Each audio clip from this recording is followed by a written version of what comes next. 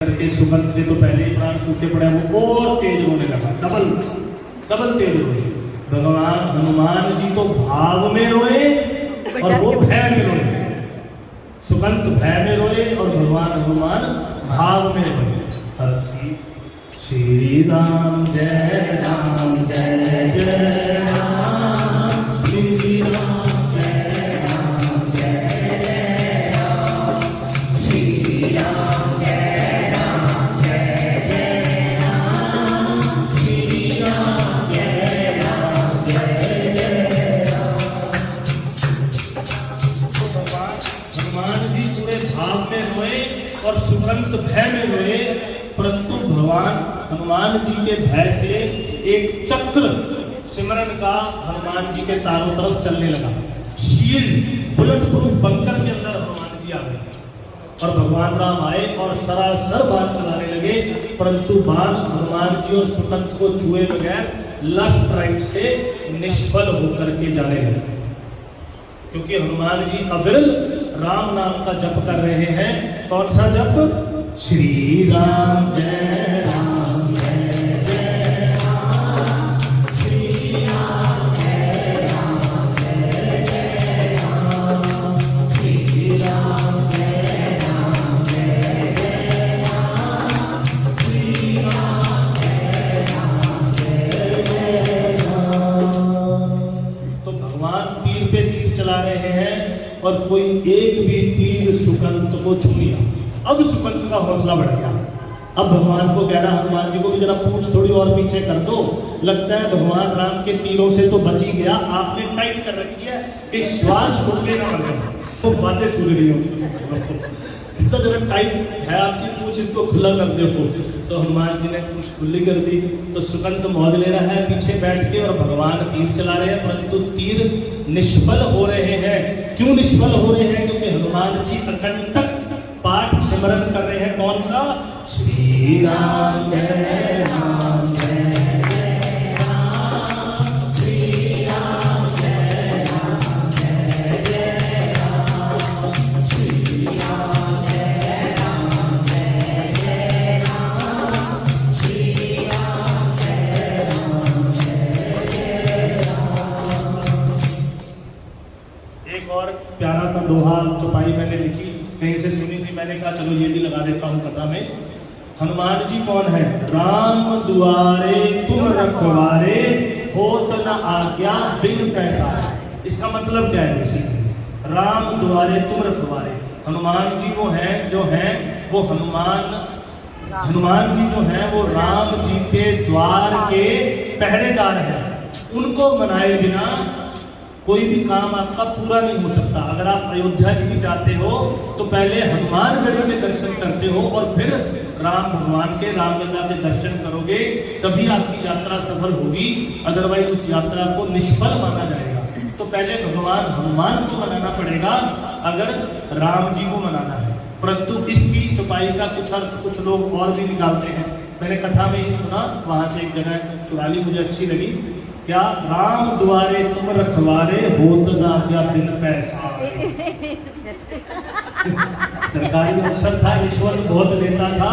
वो कहते जी तुम रिश्वत बहुत लेते हो, इतने बड़े अफसर अब क्यों लेते हो? कहता मैं तो लेते ही नहीं, हनुमान चालीसा का पूरा पाठ करता हूँ और हनुमान चालीसा के अंदर लिखी हुई चौपाई का ही पालन करता हूँ। तो कौन सी चौपाई?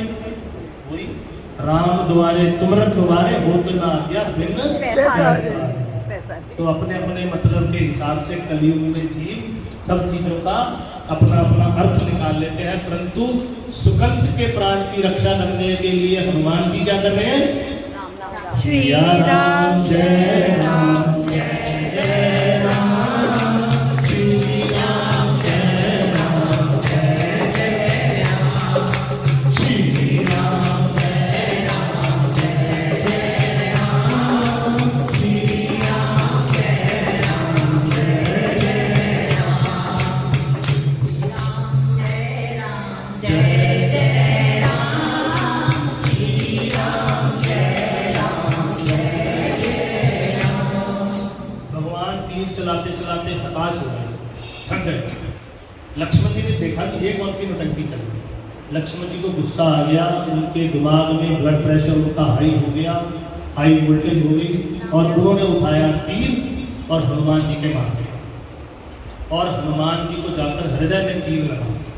जैसे ही हनुमान जी को तीर लगा, हनुमान जी के हृदय से या छाती से रक्त बहने लगा, परंतु एक और आश्चर्यचकित करने वाली घटना घटी कि इधर रथ में वीर शिरोमणि भगवान श्री राम मूर्छित हो गए। लक्ष्मण जी की तो सांसों में सांस आ गई कि ये क्या हुआ, मैंने तीर तो चलाया था हनुमान पे और भगवान राम कैसे मूर्छित हो गए। कितना अद्भुत नाता भगत और भगवान का है, लगाया तीर हनुमान को पर पाया श्री राम ने। तो जैसे ही तीर हनुमान जी पे चला, हनुमान जी के वक्ष स्थल से रक्त बहने लगा और इधर राम जी भगवान मूर्छित हो गए। लखन भैया की जीभा बाहर आ गई और दौड़ करके भगवान श्री राम के पास गए और उनको संभाला कि ये क्या हो गया। प्रभु श्री राम अर्ध अवस्था में बेहोश पड़े हैं, दौड़ के हनुमान जी उनके पास आए हैं, प्रभु के चरणों में उन्होंने नमस्कार किया है, पूंछ के अंदर सुगंध है। आप दृश्य को इमेजिन करिए, जैसे ही भगवान थोड़ी सी मूर्छा से बाहर आए तो हनुमान जी का रक्त देख करके भाव विभोर हो गए, क्योंकि अपने भक्त के प्रति राम जी का जो नाता है बहुत जबरदस्त है।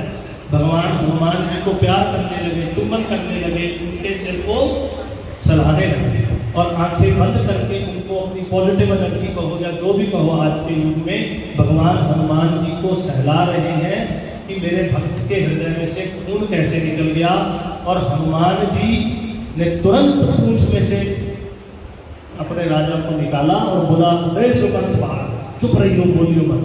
और भगवान राम का सिर, अपना हाथ भगवान राम का अपने सिर से हटा के सुकंत के हाथ के ऊपर रखवा, सिर के ऊपर रखवा। और जैसे ही कुछ देर बाद भगवान मूर्छा से बाहर आए हैं तो सुकंत के सिर पे अपना हाथ देख करके बहुत जोर से हंसे हैं, इतना जोर से हंसे हैं लीला देख करके प्रभु।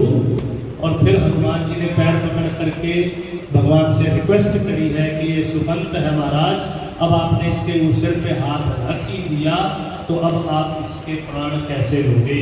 जिसके सिर के ऊपर आपने हाथ रख दिया तो उसके प्राण तो वैसे भी आप ले ही नहीं सकते।